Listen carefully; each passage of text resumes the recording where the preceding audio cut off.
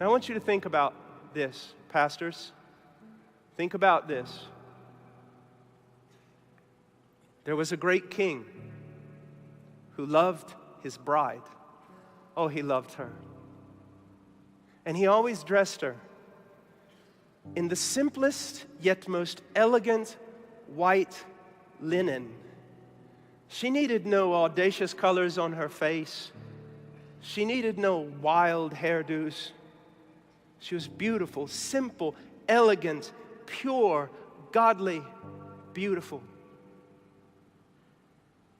And one day this king goes on a long journey and he calls you as a steward. He says, I'm going to entrust my bride to you. I'm going to be going. I've laid out for you in a book every rule I want you to maintain. I want nothing changed. Nothing changed. Steward, you be faithful to carry out this book. Well, the king goes, and he's been away a long, long time. And all of a sudden, the steward begins to realize that the people in the kingdom they're losing interest in the king because they're losing interest in the bride.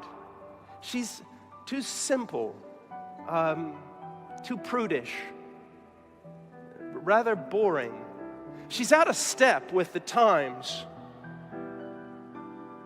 And so this steward thinks in his mind, aha, I've got it figured out. He calls her in. He takes off her white, elegant, godly dress and dresses her in something far more attractive to carnal men. Paints her face and then parades her up and down the street, and by doing so draws all the carnal, wicked men back into fellowship, supposedly with the king. That's exactly what countless pastors in America are doing today. They have taken the simplicity of the bride of Christ, her magnificent beauty, her purity, her holiness, and they have tore it from her, and they dress her up and parade her in front of carnal men that they will be attracted to somehow come back to God. Let me tell you something.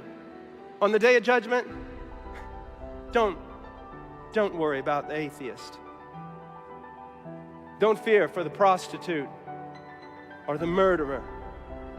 You want to fear for somebody on the day of judgment? You fear for a large number of evangelical pastors who have departed from the Word of God and are parading the church in a dress, a garb that God never intended her to wear.